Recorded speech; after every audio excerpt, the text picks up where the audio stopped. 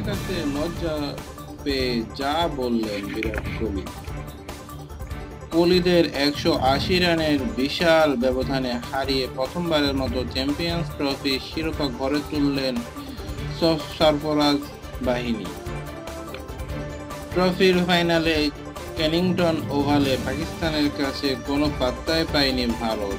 আর এই হারের পেছনে নিজেদের ব্যর্থতাকেই বড় করে দেখছেন ভারতের অধিনায়ক।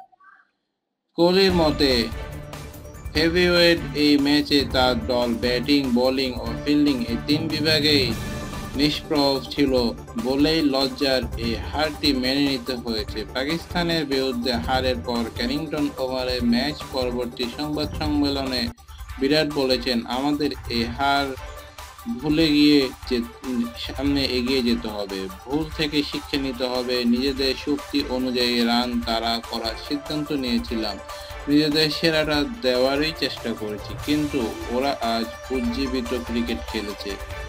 কোহলি বলেছেন, পাকিস্তান আজ প্রমাণ করলো নিজেদের দিনে ওরা যে কাউকে হারাতে পারে। তাই চ্যাম্পিয়ন হবার জন্য পাকিস্তানকে ধন্যবাদ ও অভিনন্দন।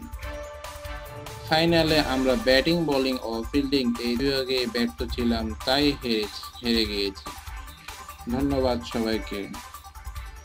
আমাদের এই নিউজটি ভালো লাগলে প্লিজ লাইক, কমেন্ট ও শেয়ার করবেন এবং অবশ্যই সাবস্ক্রাইব করে আমাদের সাথেই থাকবেন। ধন্যবাদ।